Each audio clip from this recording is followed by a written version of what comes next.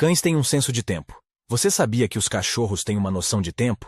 Eles podem sentir a passagem do tempo e aprender rotinas. Isso significa que eles podem saber quando é hora de comer, passear, ou mesmo quando você está prestes a chegar em casa. Seu senso de tempo é uma habilidade fascinante. Cachorros têm impressões digitais no nariz. Enquanto os humanos recebem impressões digitais únicas, os cachorros têm impressões nasais únicas. Cada foco canino é único, com padrões de linhas e sulcos distintos. Essas impressões nasais são frequentemente usadas para a identificação de cães em programas de rastreamento e identificação. Esses são apenas 2 fatos curiosos sobre os nossos adoráveis amigos de 4 patas.